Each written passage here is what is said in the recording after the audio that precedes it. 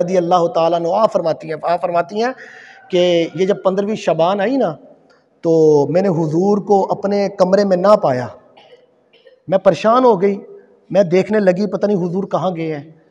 تو میں ڈھونڈتی جب مدینے کے قبرستان میں گئی تو حضور وہاں بیٹھے ہوئے تھے، وہاں پر تھے، حضور تھے، عبادت کر رہے تھے۔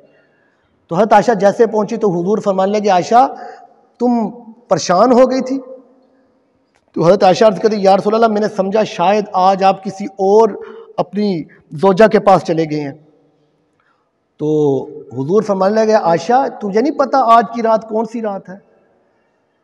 فرمایا عائشہ یہ وہ رات ہے جو 15ویں شعبان کی رات ہے۔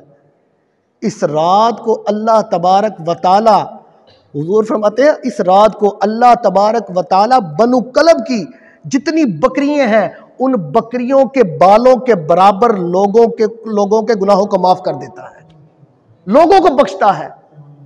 بنو کلب ایک قبیلہ تھا، اس کی اتنی بکریاں تھی کہ مدینے کے شہر کے اندر اس کی بکریاں سماتی نہیں تھی، اتنی بکریاں ہو گئی تھیں کہ مدینے کے باہر بھی اس کی بکریوں کا ریوڑ تھا۔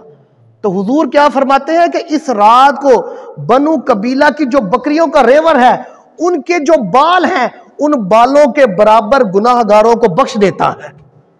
یہ وہ رات ہے۔ اب ہر سال میں یہ رات آتی ہے، اب ہر سال رب یہ بخشتا ہوگا، تو یہ وہ رات ہے۔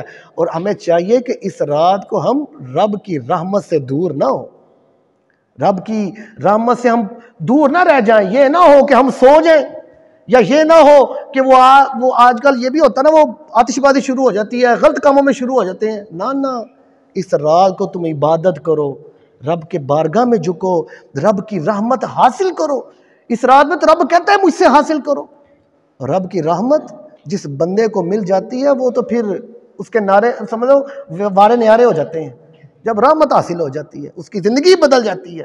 کوئی بیمار ہے تو اسے چاہے اس رات کو اپنی شفا مانگے۔ تم اگر صحت یاب ہو تو دعا مانگو اس رات کو، مولا ہمیں بیماری سے محفوظ فرما، ہمیں ہمارے کاروبار میں برکت عطا فرما۔